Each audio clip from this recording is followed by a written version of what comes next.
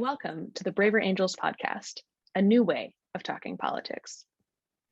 I'm your host, April Lawson Cornfield.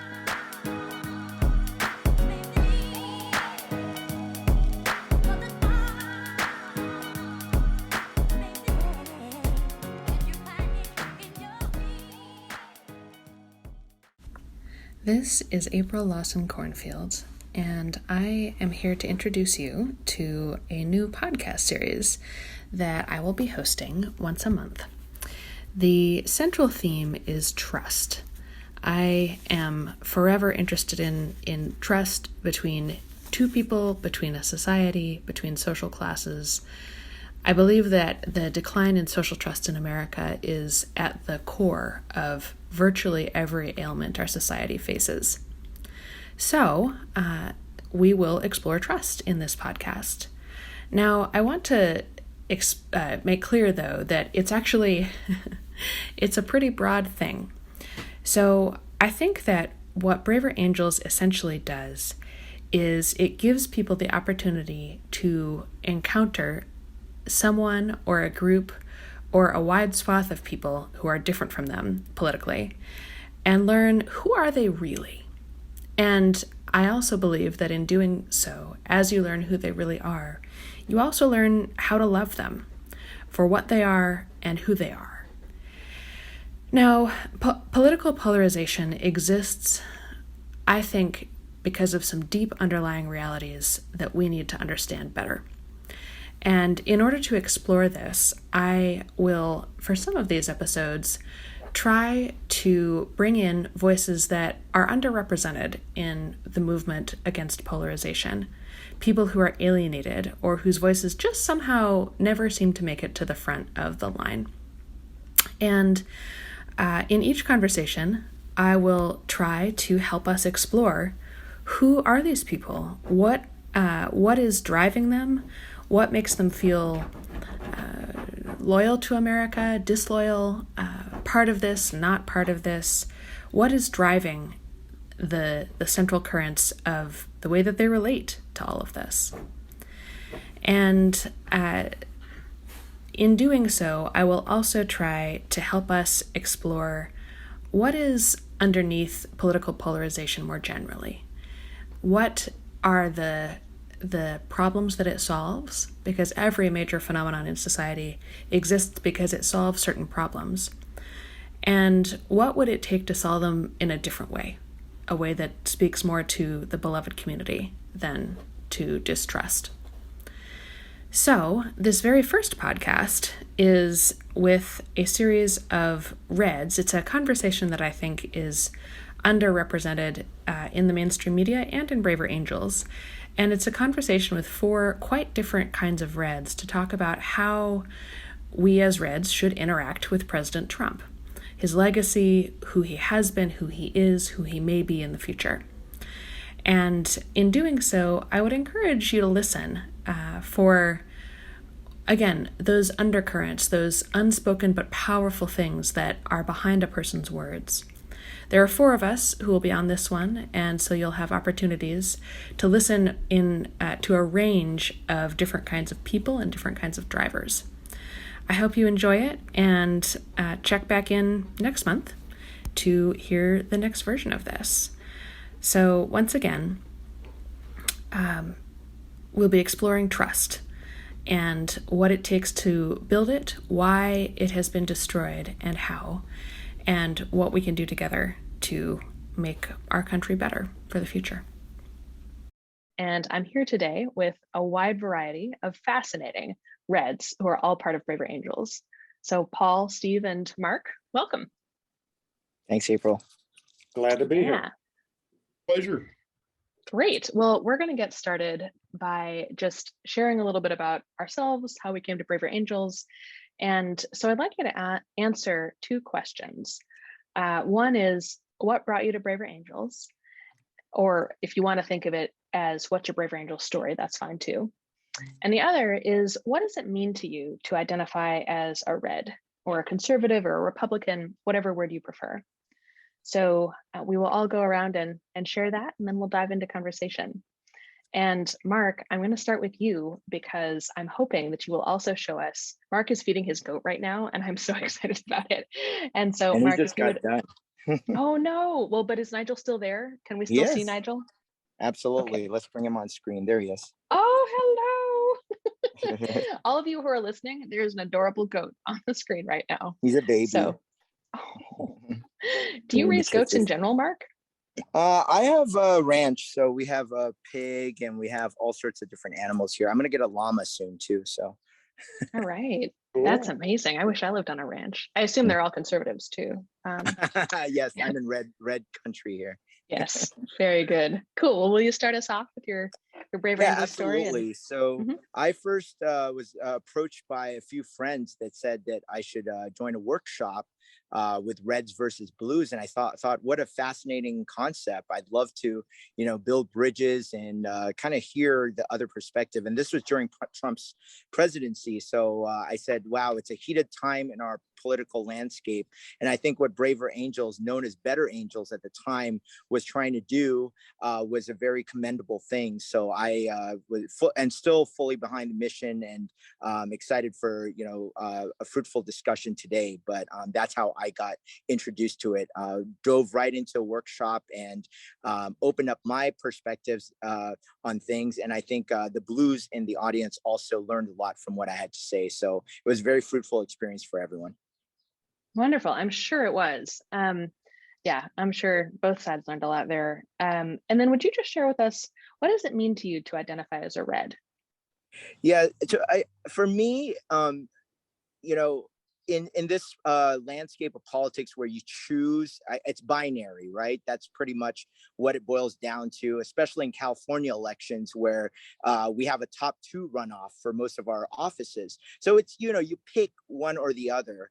And I align more with the red side as a conservative, because those are my values. Those are the values I grew up with. Those are the values that in my adulthood, I'm 40 now, in the last 22 years of being, a functioning adult, I become more red over that time. So for me, it's a reflection of who I am, and that's what red is. It's a loaded term, but it generally encapsulates where I stand on most issues.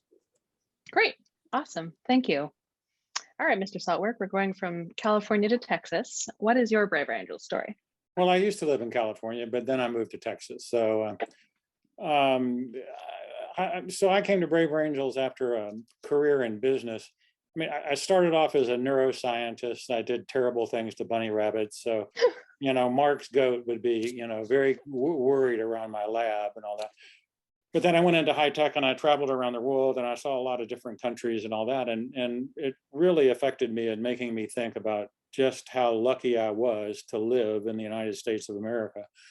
And I didn't care about politics until about 2016, 2017, and got quite concerned about we could blow it. I mean, we could blow, living in the greatest country in the world, one of the greatest countries of the world, as far as I'm concerned. And so I got very concerned about the state of the country. And I found somebody sent me an email about Braver Angels. I invited the 20 people that lived in Austin, Texas, to come to my living room. We decided to do a workshop. We did a workshop before the 2018 midterms, and I walked out of that workshop as a different person. And so that's how I got to Braver Angels, and that's why I stay. Wonderful. Now, why conservative? Yes, but the conservative. Yeah, so I don't think I'm a red. I wear a blue shirt in honor of all my blue friends, but I definitely am a red. I don't consider that a party, so I do tend to vote Republican. But I think conservative is a philosophy. It's a philosophy of individual liberty and limited government, where liberty implies responsibility as well as freedom. It's a recognition of just, the really good things that have happened in the country, not ignoring all the stuff we need to work on, but at base, it recognizes progress. It just recognizes progress, right? And then finally, I think a conservative has a practical perspective of human beings are not perfectible. We are all flawed creatures. We will all make mistakes. We've got to recover from those mistakes. And any scheme that says, well, if we just all can't act in a perfect fashion, everything would be great. Well, yeah, but that's not going to work with humans. So I think a conservative philosophy is a very practical philosophy about moving forward. And that's Wonderful. why I'm a conservative. Great. Well, it's very persuasive, both of you so far. Paul, your turn. What's your Braver Angel story? Yeah, well, we can't have three in a row, can we? So I'll give my story though. I'm going to say where I am with Braver Angels now to begin with, rather than how I got here. And I realized this recently. After my family, this is my tribe now. This is the most open-minded group of people that I have ever experienced in my life. I have this profession as a psychotherapist. You know, these are supposed to be open-minded people. Good one, good one. So that's, you know, that's part of what really strikes me about it. And strangely enough, you know, I find myself really liking people who I could just loathe a couple of years ago. You know, I have this experience. So, and I'll say also, Bill Doherty said something once that I agree with, like, absolutely. And I've only heard him say it once. And what he said was, this is actually a form of spiritual practice. And I believe it is, in the true sense of being expansive, open-minded. It is spiritual practice to do this work. So you notice I'm speaking of it in a very experiential way, what it means for me, what I get out of it, why it keeps my juices flowing. You know, I will say when I started in the organization, over time, I have found myself less and less outnumbered by the blues to the point of absurdity. And this is a good thing. And, you know, pretty much my early experiences outnumbered to the point of absurdity. And that's less and less true. And probably it has something to do with the fact that I have ceaselessly complained and pointed out when we were not living up to our ideals. Yes, sir. So what does it mean to me to identify as a red, a conservative, a Republican? Well, former Berkeley radical in the 60s. I have always had this gut level love of freedom, just deep in my guts. I love freedom. And when freedom is being unnecessarily curtailed, and I don't think it's necessary very often, something inside me just says, no.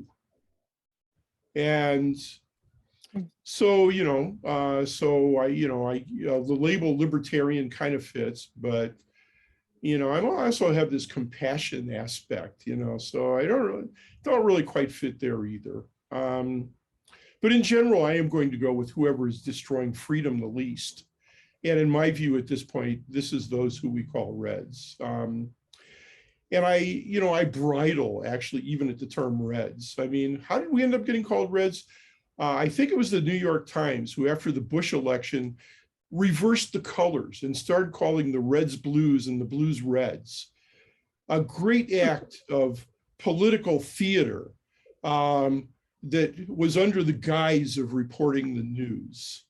So the word you read troubles me itself. And with that, let's move on to other topics. All right. Well, I get to go too. And yeah, I do think that all switched sometime. And I take your word for it that that's when it was, but it is awfully funny that we're the ones who get called red, the word for socialists. But anyway, so my Braver Angels story is, well, I found out about Braver Angels when I was working for the Gray Lady for the New York Times, or the failing New York Times, as some people like to call it.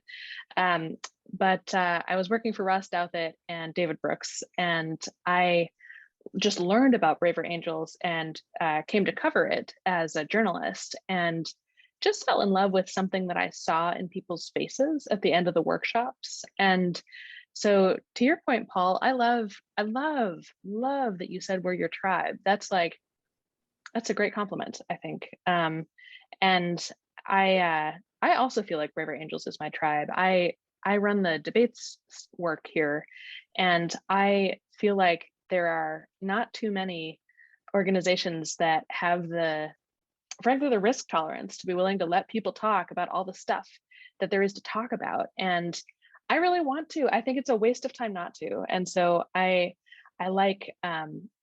really am proud of being part of like an organization that makes courage part of its center.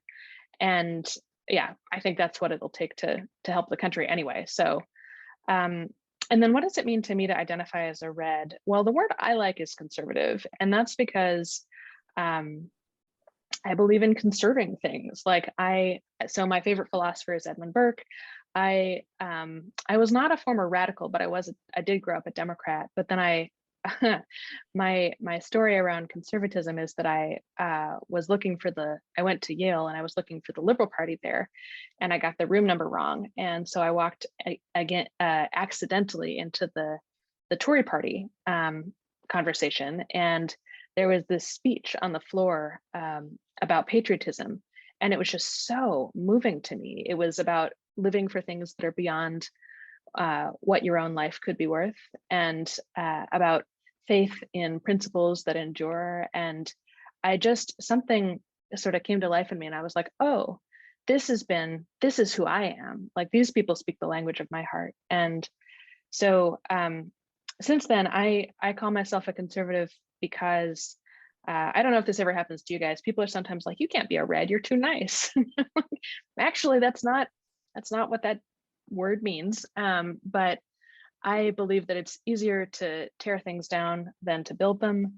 I am very skeptical of human reason and of our belief that we can create the world anew. I totally agree with you, Steve, about human beings are fallen and flawed, and from crooked timber no straight thing was ever made, and all those things. And I really care about character and humility. So yeah, that's me. So we are now going to do a traditional Braver Angels thing, which is a fishbowl. And if Bill were here, he would say fishbowls existed before Braver Angels, and that's true, but I feel that we have made them particularly good. And so we're going to do a fishbowl just among ourselves with regard to President Trump. And part of the reason we're having this conversation is because both, reds and blues in my life and I'm hearing this question come up over and over as I just listen to different conversations of how should we think about President Trump now? How do different kinds of conservatives react to him? And how should we see this all going forward? And so part of, and of course, there are changes among Republicans who are polled with regard to, do you support President Trump or do you support the Republican Party primarily? And that changes over time, but the former president has an enormous amount of support. And I believe it's still the case that more registered Republicans are loyal to President Trump than are loyal to the Republican Party. So we are going to talk about our former president. And so we're going to do this fishbowl style, which means that first, the four of us are going to share what do we like about President Trump? For those of us, I've tried to capture, to pull together a group of people who some of us adore President Trump, some of us can't stand him, some of us are in the middle, most of us voted for him. So we're going to start with the good side. Like, what is it that is so compelling about this man? What are his strengths, and what do we like about him? Why have we, for the most part, supported him? And Paul Norris, let's start with you, and then people can just jump in. I'll name two things. One, he's the first president in a long time who has clearly seen and talked about government becoming a self-serving entity, and how that is really an issue to be dealt with. And secondly, his respect and I think true love of the working class. How long has it been, since we heard a president who would talk about our plumbers, our truck drivers, our electricians, as if these were people who mattered. So I would name those two things. Yeah, I'm going to pick up on that because you just named the number one thing I like about President Trump, which is I think he gave a voice to working class folks and just sort of brought them into politics and called foul, honestly, on a lot of establishment artifice, like pretense, people sort of blowing sunshine up our skirts, and not actually listening, not actually paying any attention, not being in any way sincerely connected to what working people's lives are actually like. And I think President Trump exploded that, and that both parties have to react to it and adapt and like fix themselves in some way in response. And I'm very grateful to him for bringing that into our political world. So I'll jump in next. I think we've lost Mark for some reason, by the way, Oh. but I think the goat must have gotten to his internet. For me, it's not about Trump, it's about his policies, right?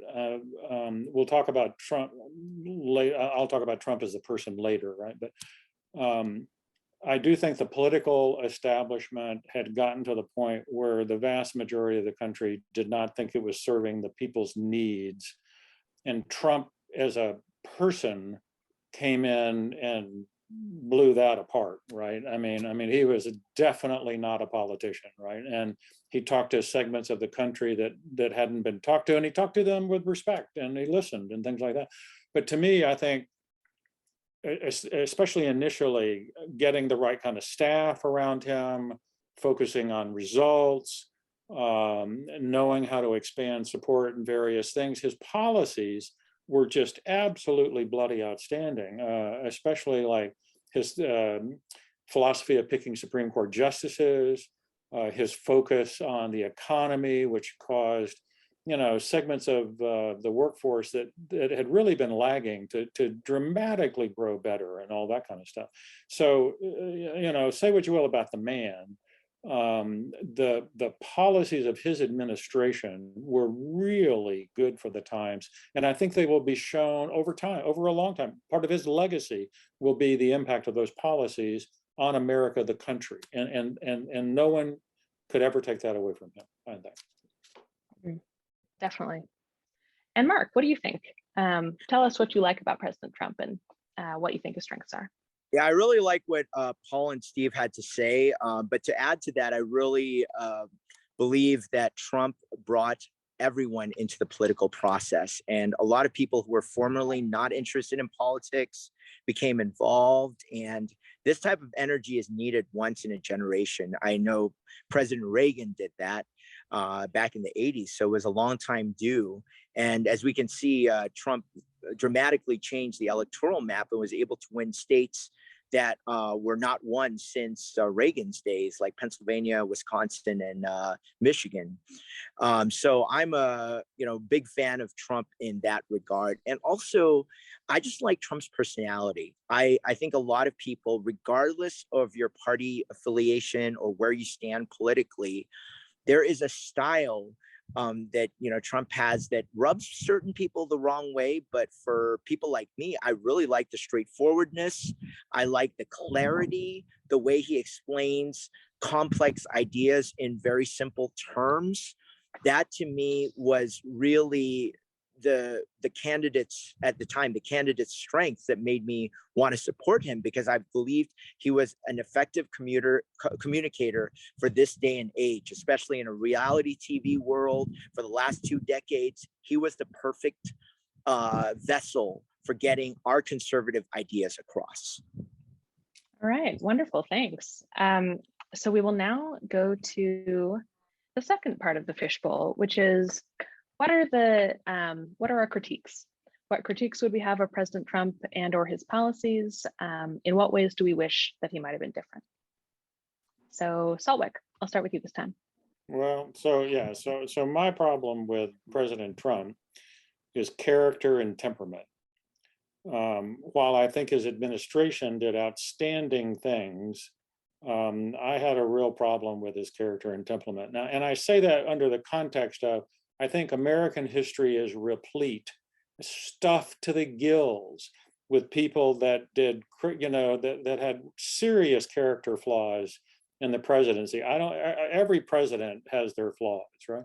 But what drove me crazy was this incessant tweeting, a focus on himself, demeaning other people, things like that. I mean,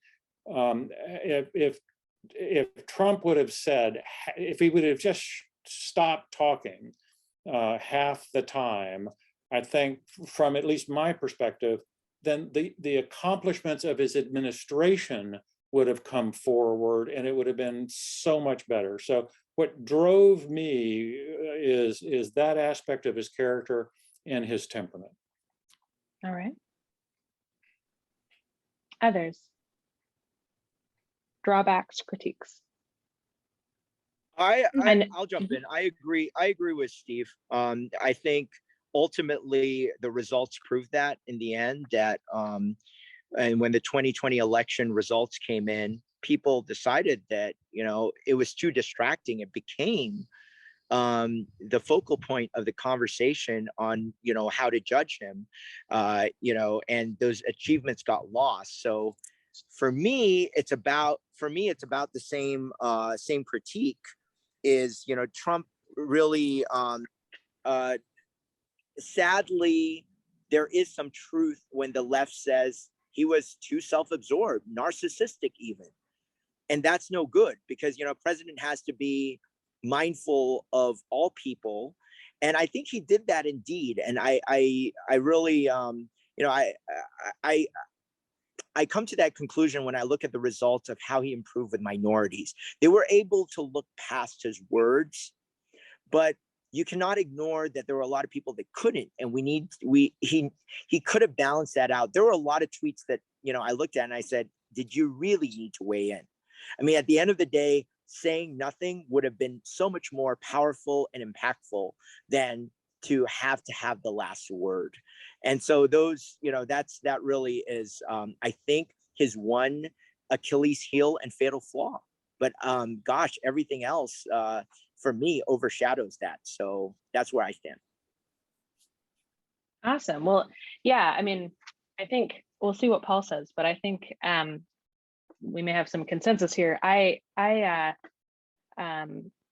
So again, because of the kind of conservative I am, I really like humility. And President Trump, that just wasn't his strong suit. And I do have to say that I really care about character. So I care about how people treat women, for example. This means I really can't stand Bill Clinton either, right? Like, it's not like, and Steve, to your point, it's not like there aren't lots of politicians who have this problem, but I feel like it was a big problem with President Trump. So for me, the demeaning thing, the other thing that I'll just name specifically is, I used to work in the defense world, and there are a couple specific things that he did that I really found difficult to hear. One is he, on the campaign trail before he was elected, demeaned a veteran's family in a way that I found just very difficult to overlook. And the other is that he told the Saudi ambassador, sorry, this one really got to me, things about our plans with regard to Israel that were actually top secret. And the problem is that people get killed when you do things like that. And so the president is allowed to say things like that legally, but I found his leadership with regard to defense and intelligence pretty unethical.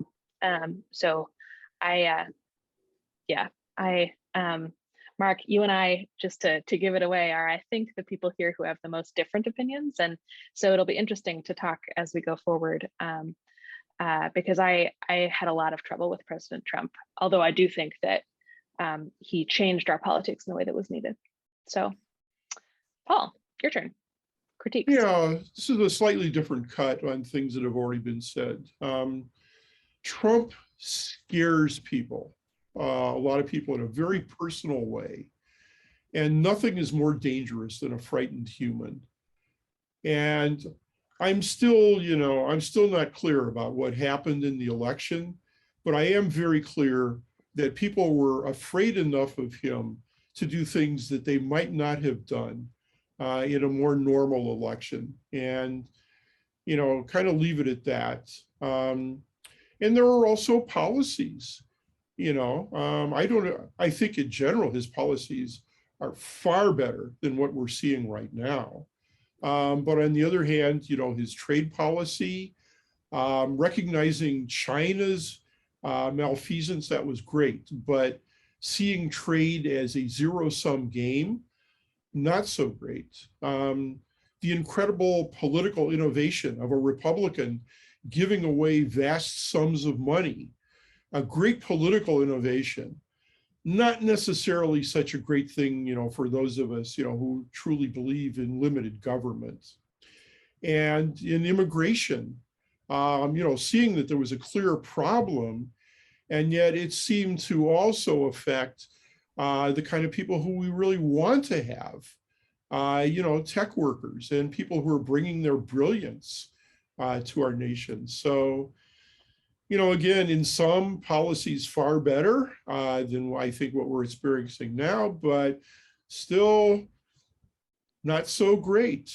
Driven a lot by politics rather than by what really benefits our nation.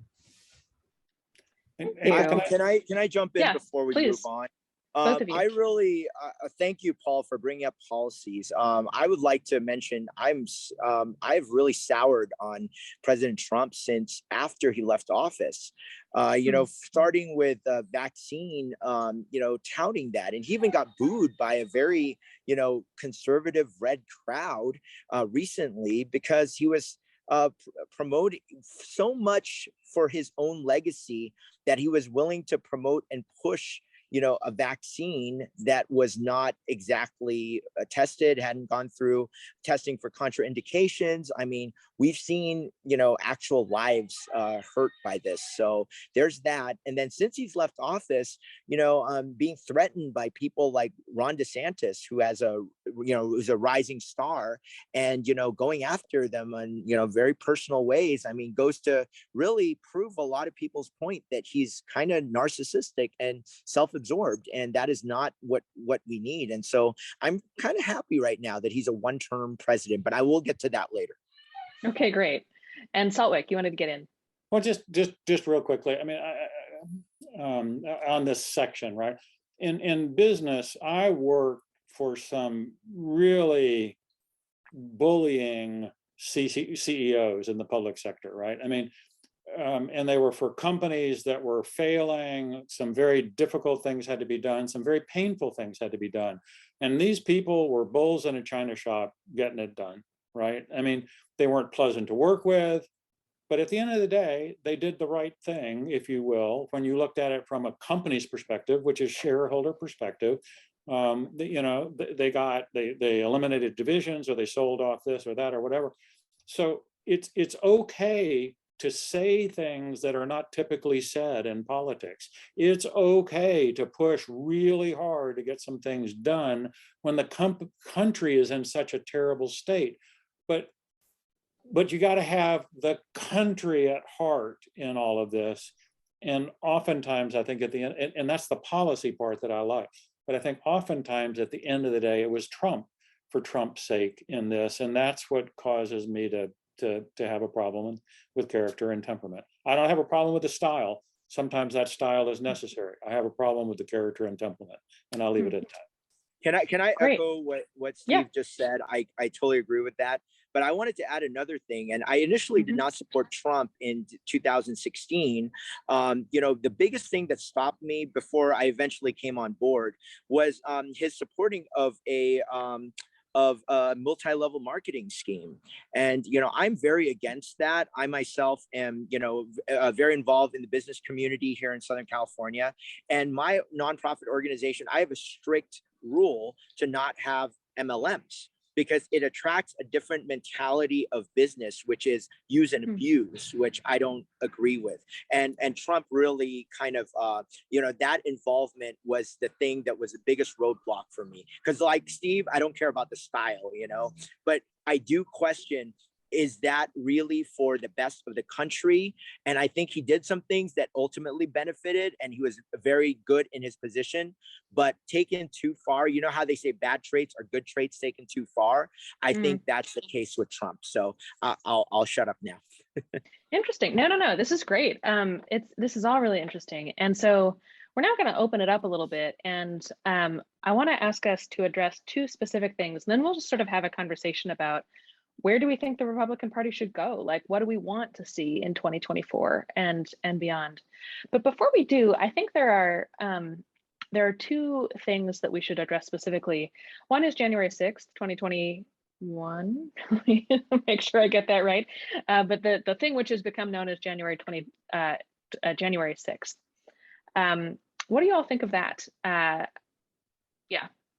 What do we make of that? Low point in American history, right? I mean, it's not a good thing. I view it as a riot. It was a rally that got out of hand and turned into a riot. There might have been a few people that had delusions of grandeur that this could be an insurrection. I personally bridle probably when people call it an insurrection. So a lot of this stuff has gotten code words back and forth. What's the term you're going to use for that day? But we had a couple of people in our alliance that were at the mall, right, and wound up going to the Capitol, right, and they went because the crowd went, right. Their president had called them to do some things, and they were supporting that, right. But at the end of the day, personally, where I am, and I posted about this, right. Not from a legalistic review or whatever, but I do think Trump incited the crowd. I think Trump incited the crowd. I don't know if that's criminal, but it is certainly wrong. He shouldn't have done it. It is a character flaw to ultimately not accept the results of the election. Clearly there was all sorts of weird stuff that went on. There was fraud, blah, blah, blah. And I'm not trying to get into a legalistic determination of who won. Joe Biden is the president of the United States. I think that was the people's will. But January 6th was something that got out of hand. And I think Trump incited the crowd. So that's not a good thing. Yeah, go ahead. Others.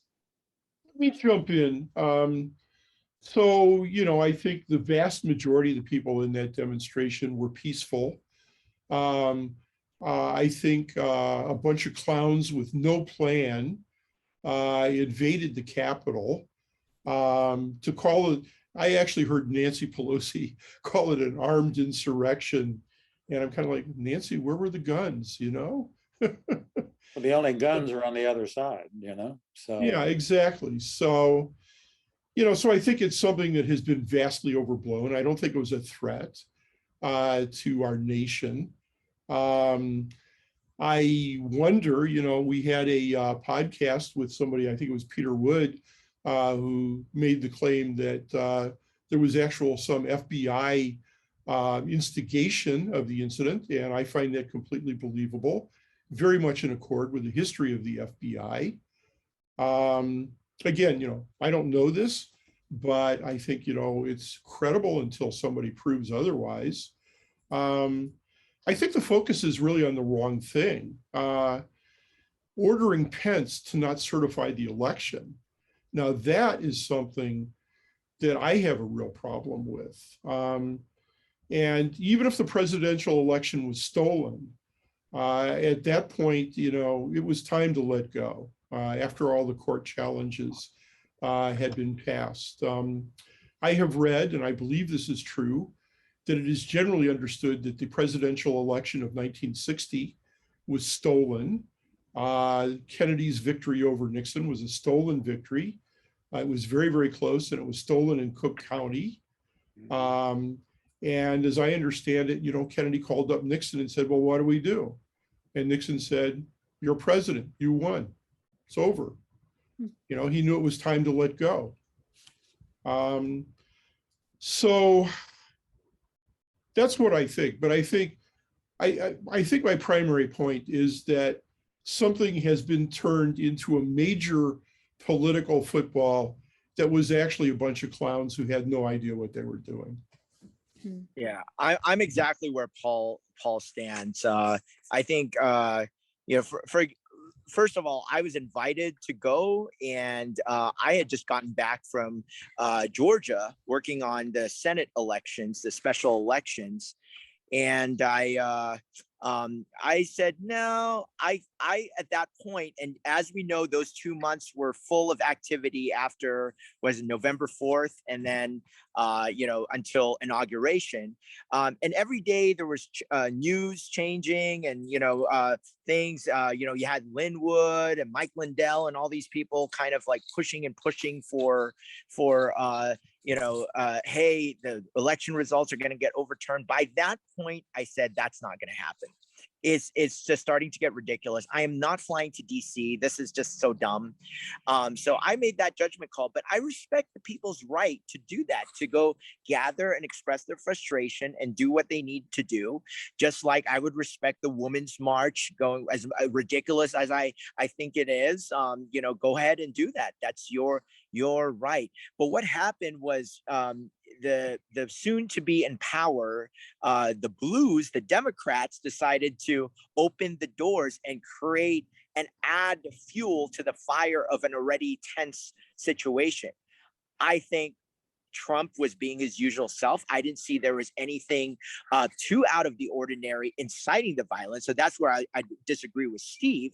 But you know, at the end of the day, it was just impractical. And I made the personal decision not to go. And I also think, you know, it was ultimately used as a political football, but the American people see through this. There was a latest poll, I think from Emerson recently, that said 80% of the people just believe it was a riot that went too far, and calling it an insurrection is ridiculous. And I believe everyone in this call, I think, agrees on that. And, you know, the way that the media and the Democrats have tried to make it a thing is just really pathetic and disingenuous intellectually. Got it. Interesting. Well, yeah. So I'm going to weigh in now, not as the moderator, but just as me. And I'm really glad we're talking about this, and I'm also glad that again, as my fractious debate self, I love it when like actual disagreement shows up too. So I have to say well, it's hard to answer this question without noticing how polarized I feel about this. My starting position and my fundamental position about January 6th is that I think it was a protest that got out of hand. I think it was a riot. My husband was at the time a DC policeman, and I found it really hard to watch the videos. Ooh, sorry, there's some emotion here. I found it really hard to watch the videos, which I did, of that policeman getting crushed, of people hitting Capitol Police with, you know, in some cases killing them, sending them to the hospital, hitting them with fire extinguishers, all that stuff.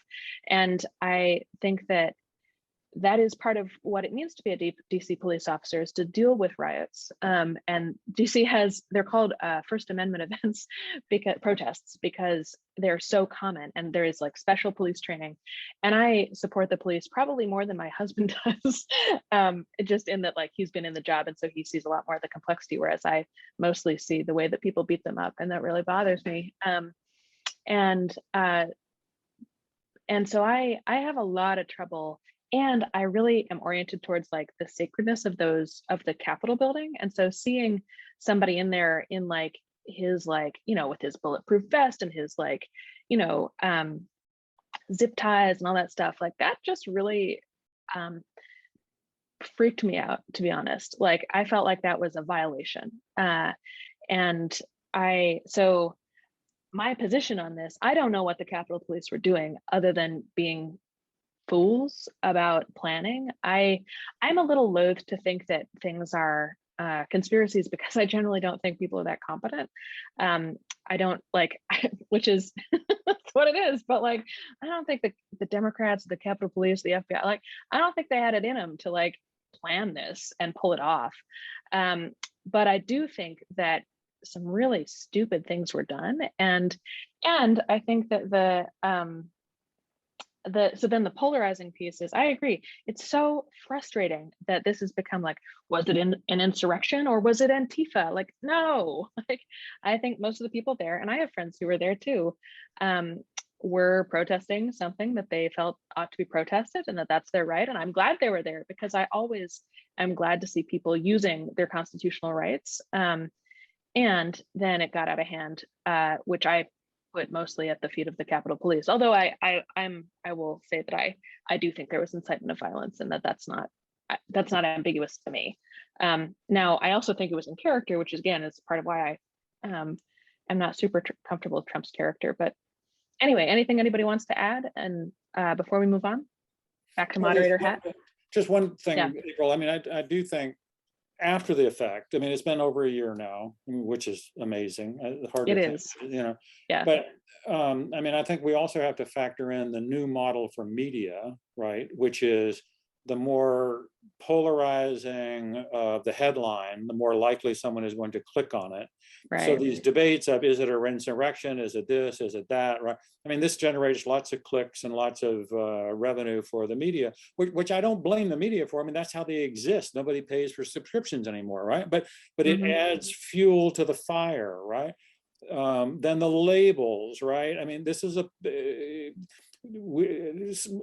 vast majority of Americans think the country's on the wrong track, right? And it's not just about politics, it's about culture, it's about this, it's about that. I mean, bloody hell, we could have a nuclear war here pretty soon, right?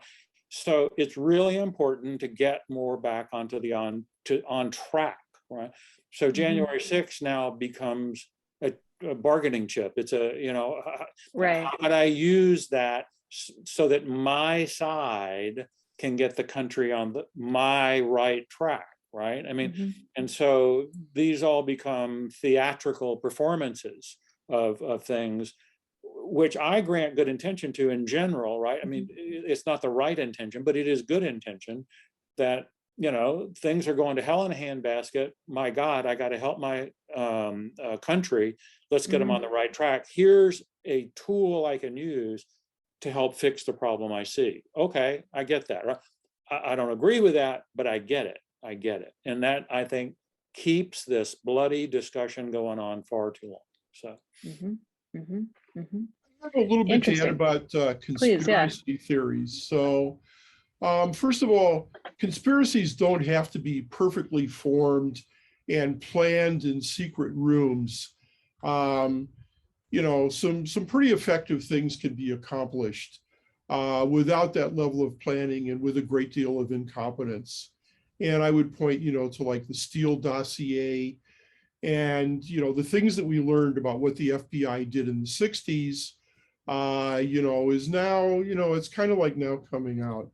So I think I would point that out. Also, I would point out who benefited, who benefited from the quote insurrection.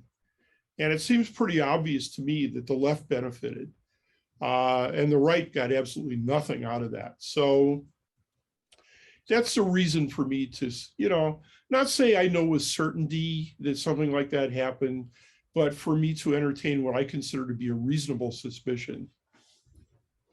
Interesting. Amen, Paul. I want to add to that. I have friends that were there that were basically saying that the doors were open, that they didn't break in. And of course there was, you know, so it's very easy to, you know, I don't think it was, you know, like April was saying, like it was, you know, planned in, you know, with a blueprint and everything was going to go according as planned. But I think they saw opportunistically what they could do to make something worse. And all you had to do was open the doors and get some of the far right fringe to go in and you know, maybe some bad actors in there, throw Antifa in there, and then suddenly you have what looks like chaos. It's easy to channel emotions into chaos, and this has happened in many points of history, not just in America but in other countries. So yes, I'm with Paul all the way here. So this is really interesting. And I feel like we could spend just the rest of our podcast talking about this, because I have all these like, well, but what about this? What about that? Capitol Police, da da da. But for the sake of just being forward looking, since we don't have a ton of time, I'm going to shift us. But we can come back to this if we think that it's like key here. So I want to shift us to the question of, so that was last year. President Trump has continued being a leader since then. What do we think of his current leadership? And in particular, what do we want to see in 2024? I will tell you that, like, and so again, moderator hat off. This is, we'll talk about this for a while and then we'll wrap up. But feel free to jump in.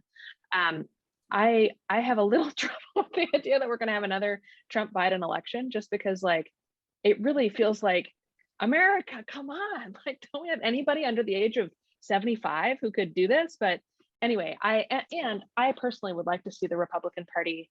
So yeah, I'll throw out my fighting words and then you all tell me why I'm wrong. But I would love to see the Republican Party actually have economic policies that respond to the working class rather than just the entrepreneurs. And so I'd love to see some of that change. And but I would also prefer that it come in the form of somebody who actually seems to have better personal character. I'm all for straight talking, by the way. Like, Mark, you said earlier that you like the clarity and the like straightforwardness. I like that too. I liked that in John McCain. But I also want somebody who like seems to back it up with what they do.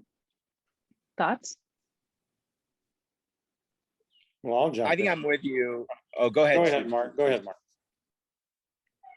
No, I'm with you. I do not want another Trump-Biden election. And that's any of the Trump kids, even, that are talking about running.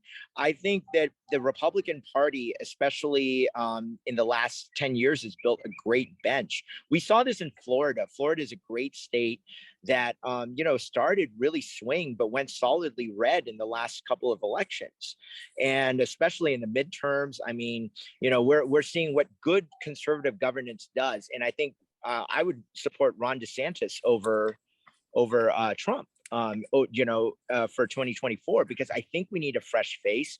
I think, there is evolution in the discourse where Trump was necessary to come in and be kind of that bull in the china shop and get people talking about issues and get people to get engaged in the political process. But, that is done. That is now a broken record. Let's not belabor the point. And now we're on to a different part of the discussion to show that, okay, we have been shown by Biden that liberal policies fail. And look at our gas prices, look at our food prices. That's hurting the working class. But the Republicans have to show something that works this time around as a replacement, not just say I'm default not Democrat. And I think having strong governors like DeSantis or even like Kristi Noem are good people to show what leadership looks like without all the drama. So that's where I stand on things. Cool. Saltwick?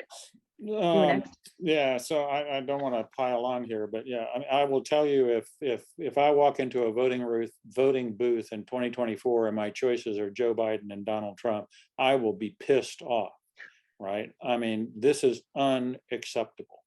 Yeah. I mean, this is what our political system gives us, right? And so I think, given Trump's current trajectory, if the focus from him is still on the stolen election, beating the drum, blah, blah, blah, trying to be what I would consider an ineffective kingmaker, he is not going to be part of the equation. But you never know, right? I mean, but you never know. I do think of interest, not just policy. Mark raises a good point about in terms of the bench.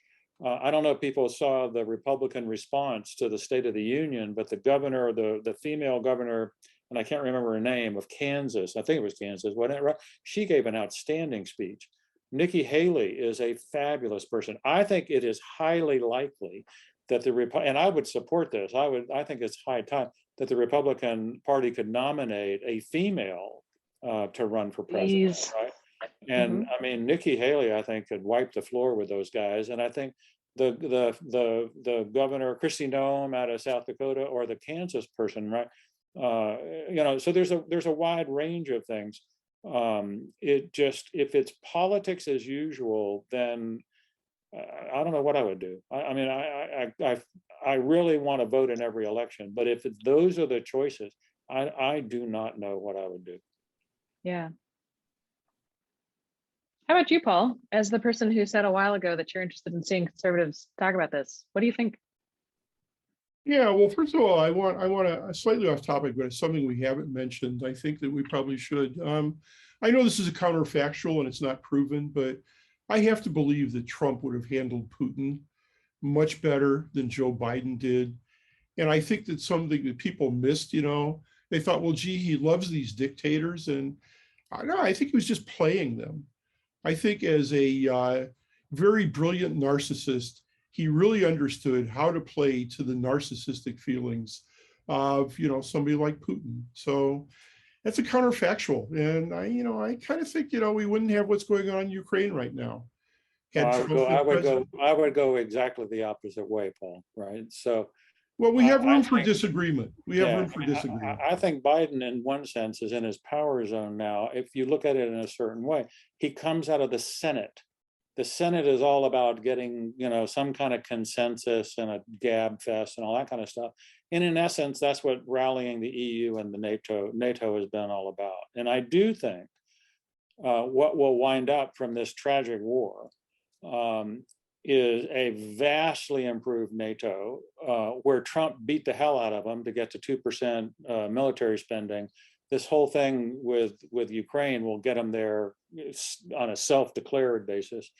EU is working at a level that I've never seen them work before, and I think a lot of the credit on that comes from behind the scenes work on Biden. Now, Biden has screwed up an awful lot as well, right? But I think at this phase of a encounter like that, having the ability to build consensus among allies is a good thing. And I think Biden's done a good job at that. I hope you're right. And I'll just leave it at that. I hope you're right. Yeah, I want to weigh in here. Paul, thanks for bringing up the point about foreign policy. Trump, that was one of his strongest, achievements in keeping that peace that we're now not seeing due to the Biden administration. Afghanistan, Ukraine, great examples of, what happens when you don't have a strong leader. So I think really for 2024, another person to look at is Secretary of State Pompeo. Pompeo has definitely overtured that he's going to run, and he's been making all the rounds with the donors. So I know, like Nikki Haley, he is definitely going to be a presidential candidate at this point. But I think it's very important to bring our focus back to the fact that China, despite all these distractions in Afghanistan, Ukraine, China really is the biggest threat in terms of world stability.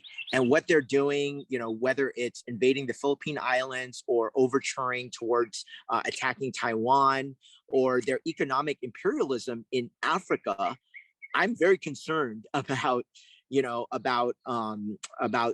China's stranglehold over the world. So this is one of the things where, depending on circumstance, if Trump ran again and was able to make that case, as much as I would, not like it, he may be the person to support, should he be the one to give us the clearest plan if the world was basically in World War III. So everything in politics depends on context, circumstance. So it's really hard to say about 2024. I have my personal preferences, but I'm going to take the environment into account before picking my candidate. And I think Pompeo is another one definitely to look at. Totally. So I want to get in here just on the foreign policy stuff, which like I said, I used to work in that field and I'm super interested in it. Here's my theory. And this is why I think that Biden is in a better position than Trump would have been. But again, counterfactual is hard to know. But so I think that it's hard as a crooked timber human being not to feel a little bit vindicated by the fact that I feel like Putin is acting just the way that conservatives have always said he would act. And I will also say that, again, coming out of the defense intelligence world, it was really frustrating to me when a bunch of Republicans were all of a sudden liking Russia? Where have we forgotten the last 50 years? And so I think that basically the world is the US really is the last best hope of Earth, and that's a you know, audacious thing to say, but I think it's true. And I think that we should be, I wish more American school children were being taught that that is really important to know. And so anyway, my theory on this is basically that Putin will sit and bide his time until he thinks he can get away with being a strongman and taking other people's stuff, right? Like stealing other people's toys. And that the only way to deal with a strongman is to stand up to him. And so, and I think that like the America, for all that we're very powerful, it's very hard. We win and things end up much better for us if the international state system that we created after World War II all stands together and says, no, you may not, right? And that's what's happening to some degree, at least. I wish we had lined up troops on the border on the Ukraine-Russia border before Putin came in, because I wish we had defended Ukraine. But I think at least that so I'm also really big into institutions, and that's another reason I fall on the right, is because, again, easier to tear things down than build them. And so if we can keep those institutions intact, and I think what's happening right now is actually strengthening them, to your point, Steve, about NATO being more powerful than we've seen it in my lifetime. And I just think that in order for that to work, we can't have a like, screw you, rest of the world, we're just going to do our big American thing attitude. I think that we should take a hawkish, like skeptical, strong, somewhat aggressive, and like, we know what you're really up to attitude. But I don't think that, I guess I just think that the working with the system is going to get us a better outcome. Thoughts? So I'm interested in institution builders. I'm interested in people who like are going to say, it's, we need a really strong court. We need a Congress that actually functions. We need like a really strong military. We need like to actually support and be loyal to the institutions that have brought us to where we are. Well, which are not the EU, but yeah. Anyway. One point you just raised, April, we hadn't talked about, right? Which I think is really happening. Congress has devolved an awful lot of power to the executive branch over the last several administrations, right? And I consider this a fault. I mean, not a fault. I mean, but one thing that's happening now with Biden and the whole Ukraine situation and all that is Congress is now all of a sudden asserting their prerogatives, right? I mean, so not only is the EU like, acting like a major world power of Europe, Congress is acting like, well, no, you're not doing what we want you to do. We want you to do more, and they're really expressing a will that I hadn't seen in a long time, right? And so, so to me, it's just the essence of a democratic system or a democratic republic, whatever you want to call it, right?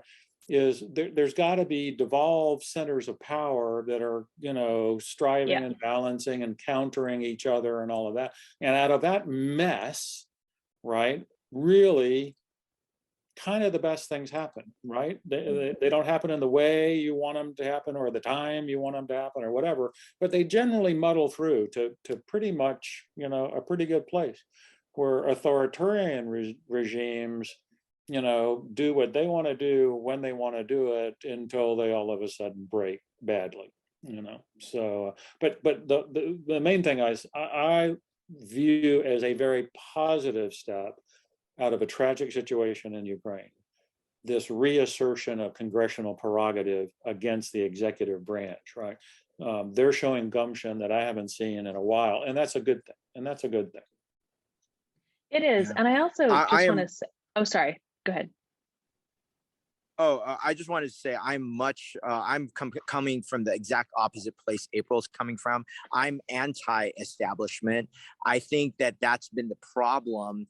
And, it goes along to what Steve was saying, right? I saw this in the Bush era of, Patriot Act and a lot of these like steps towards curtailing freedoms from, at least from the end user, from the citizens. And that's dangerous. So I think, I'm not against all institutions, but I think we need to be discerning of which institutions we uphold and celebrate versus just being knee-jerk about saying, oh, all institutions. Yes, I understand they've been built over time, but a lot of them become stale. And I've seen this even locally on a micro level, when institutions, look at academia, these schools that have been around for hundreds of years are not, the Ivy Leagues are not as effective as some of the state schools. When I hire people, I now have a bias towards getting people from state schools because those state schools have to work harder to provide better education than the Ivies that are sitting back and just, on their laurels. So that's kind of where I stand on things. But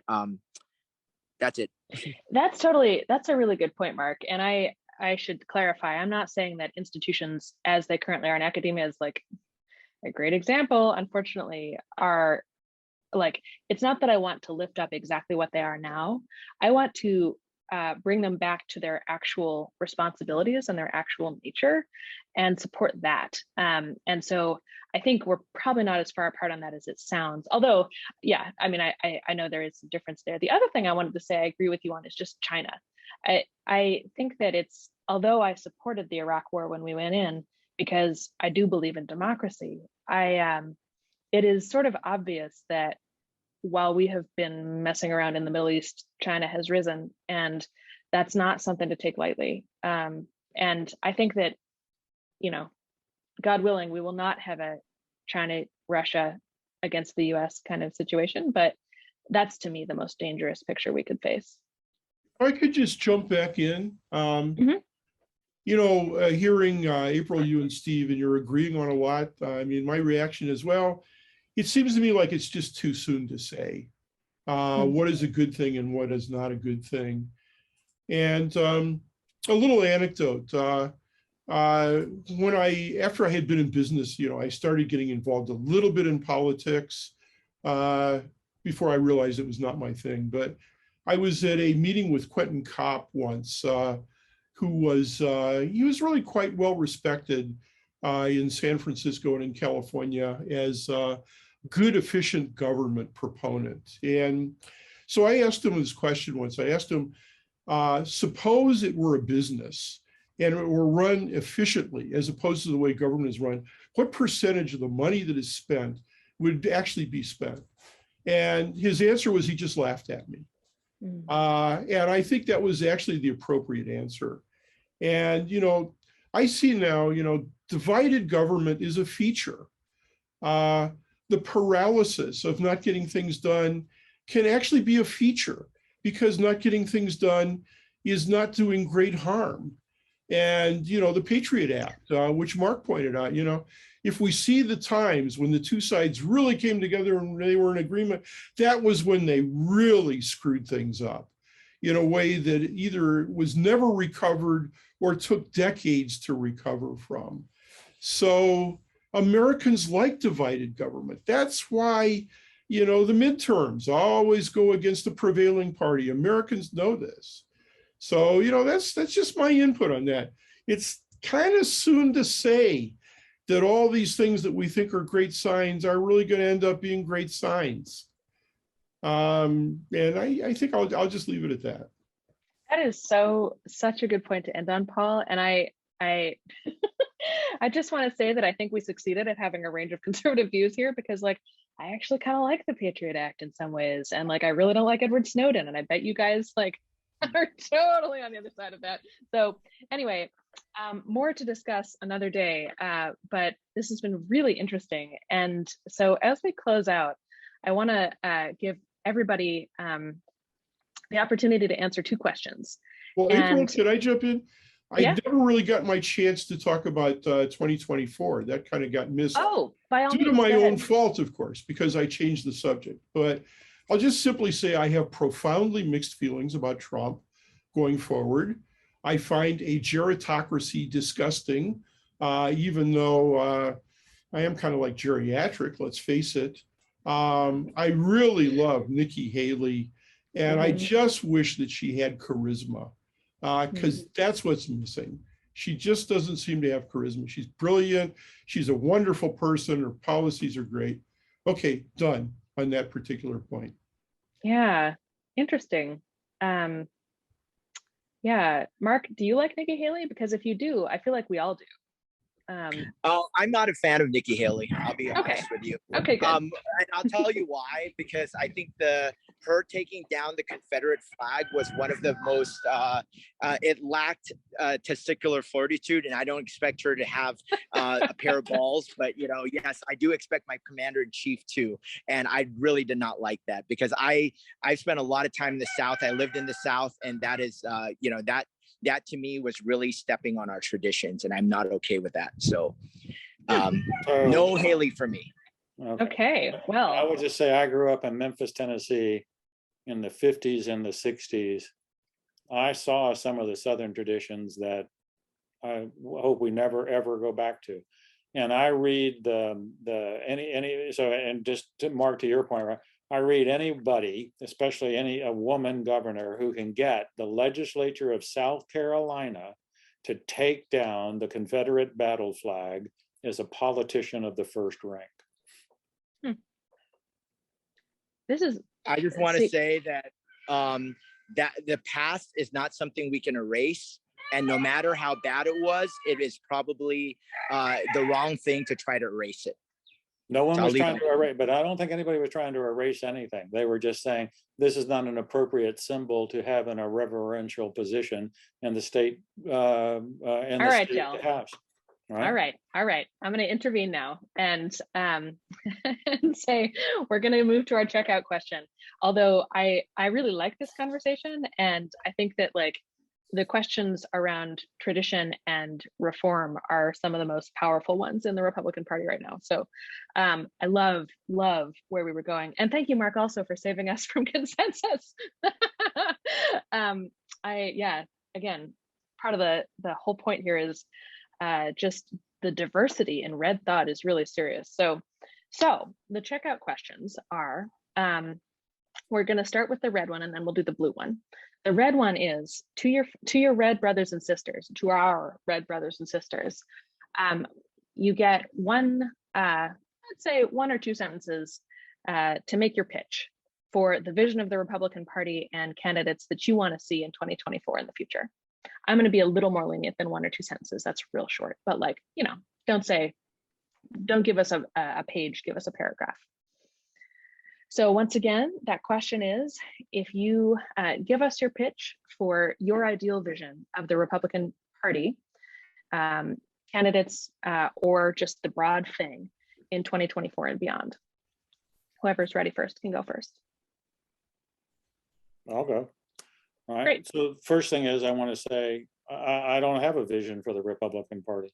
I have a vision for the conservative movement, right? And I think the principles of the conservative movement of, individual liberty and personal responsibility, limited government, live within your means, peace through strength. These are, skepticism about utopian promises and things like that. These are things that have well-served conservative movements over time, and most likely have affinity with the Republican Party more compared to any other party, right? So my pitch, and I do want to say something about my blue brethren and all that, right? But we'll get to that. But my pitch for Reds, right, is that, my hope is that Reds continue to progress a conservative agenda. And when Republican candidates reflect that agenda, vote for them. And if a Democratic or an independent, runs and progresses a conservative agenda, vote for them, right? So this is about a perspective and a movement, not about a party, I think. And if the Republican Party, to the extent that they represent the conservative perspective, then that's good with me. I hope they go that way. Great. Mark. Yeah. What I would say to I love this question, by the way, and I like how it's split up. To the Reds, I implore you to not be reflexively anti-blue, and to actually look at ways to build bridges, because that's been a problem now. I've been working in Republican conservative activism for years, and locally we have a lot of divisions, a lot of polarization. Let's work together, find practical common sense solutions, because we are the party that's for freedom, liberty, and for self-determination, really, and an inspiring perspective on how we can succeed despite humble circumstances or humble beginnings. So those things need to come out in more positive message, that rather than being reflexively anti-blue or anti-Biden in this case, in this political environment. So that would be my hope for the vision of Republicans, that we become not compromising of our conservative values, but be able to make bridges through the issues, whether it's law and order, whether it's economic success, which is now evaded us in this administration.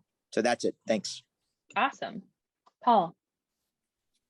My answer is probably going to show my political ineptitude and why I will never get anywhere in politics. I think real strength has room for humility.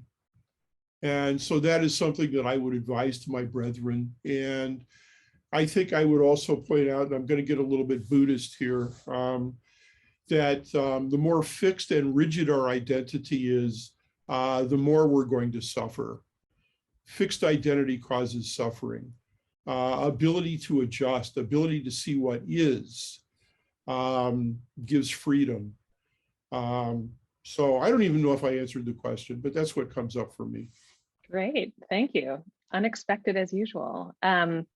Cool, so my pitch is, if we want to make America great again, let's take that seriously and figure out and think carefully about what made it great before. And I would argue that what made it great before was serious loyalty to faith, to what it actually takes to support families, including, by the way, a number of things that help women, and to institutions, and holding institutions accountable to be what they're for, right? For hospitals to be really good at healthcare, not at, whatever they make their campaigns about now. For financial institutions to do finance really well, not diversity, although diversity is great. And for the military to serve and protect, for police to do policing well, which, by the way, is a lot more complicated than it sounds. And so my pitch is for an America where, rather than getting sort of swept all over the place by social movements for this or that cause, we instead just get back to the fundamentals and do those really well, because that's what I think has led to American excellence. All right, y'all. So for our final question, it's to our blue brothers and sisters. And the question that I want you to answer is, what is it that you most want them to understand? So about President Trump, about the Republicans, Reds, whatever sort of this conversation has brought up for you, what is it that you most want them to hear and to take away? I think there's an understanding. Oh, great, Paul, you can go first. Yeah. There's an understanding that was present at the founding of our nation that I think has been lost. And that's the understanding that human beings are inherently fallible, and that government is made up of people, and that therefore government is not inherently trustworthy, that you need checks and balances, that it is very, very important. Yes, government is a necessity, but it is very, very important to not trust it and to see when it has become self-serving rather than serving the people, and to deal with that. Great. I want to piggyback off what Paul said. And I actually also, April, what you said to the Reds is really what I want to say to the Blues. I think that we need to enforce accountability. And I think, Blues, I want you to understand, believe your own lying eyes. Don't just take what the government says at face value and as the ultimate truth. there is, there is more to the story, especially when all this corruption happens. And kind of like what Paul said, I'm not shocked when there are politicians that are corrupt. I think most on the red side are not shocked, because we don't revere them to be, godlike figures. We just understand they are people in positions in government, and they work for us at the end of the day. We are taxpayers. They work for us. So this is the type of thing I want the blues to understand, and to also, kind of like what I said to the reds, please don't be reflexively anti-red just by default, and actually think about solutions for the community. Look at if it works. If we all want to be compassionate to our criminals, but there has to be some sort of consequences, or crime skyrockets as it has here in LA County. So these are the types of things that we need to, please believe your lying eyes, and open up your minds to maybe being wrong, and to also take in new information. All right, Mr. Saltwick. So what I would like to tell to my blue friends, and again, I'm wearing a blue shirt, not because I'm a blue, but I do it because I have lots of blue friends, right? I'll close with my favorite quote from a book that I used in business called The 1 Minute Manager, and I forget the author's name anyway. But the quote is, none of us are as smart as all of us, right? We've got to talk about this stuff, right? I think the vast majority of Americans believe, we're on the wrong track. We have got serious things to fix in this country. And it's not just the reds and not just the blues that are going to fix that. We need to fix it together, right? And there's a lot of common values, there's a lot of common values that we can discover and all that. But the essential thing, and I think people have talked about this, is we've got to talk about this. Not where being red means being anti-blue, or being, blue means anti-red or whatever. We need to really fearlessly talk about this, because the stakes are high and the payoff can be high. But we got to talk honestly, directly, kind of like this. And that's what I want my blue brethren to hear. Wow. Thanks, Steve. Just re-inspired me for Braver Angels all over again. Wonderful. Well, the thing that I would say to my blue brothers and sisters that I most want them to understand is just that, and I say this sometimes in debates, but that we're all actually trying pretty hard to answer hard questions. And you heard today that we have 4 different kinds of red on this podcast right now. And I don't think there's there's certainly not a single candidate that we agree on. And that's because we're all coming at it with the best we've got. And so we know that I know, and I think we know that you are too. And I just want you to know that although Reds will sometimes say and support things that sound crazy to you, there actually is a real reason behind it. And it's worth knowing. And just to say this, we could probably do a better job of learning your reasons too. But yeah, I'm gonna just second what you said, Steve, that we've got to do this together. It's the only way. So thank you, all of you, for being part of this podcast today. And a particular thanks to our listeners. If you liked what you heard, please, like us, subscribe, and all those things, and become a member at braverangels.org if you're not already. And thank you so much, everybody. And let's get out there and build a house united.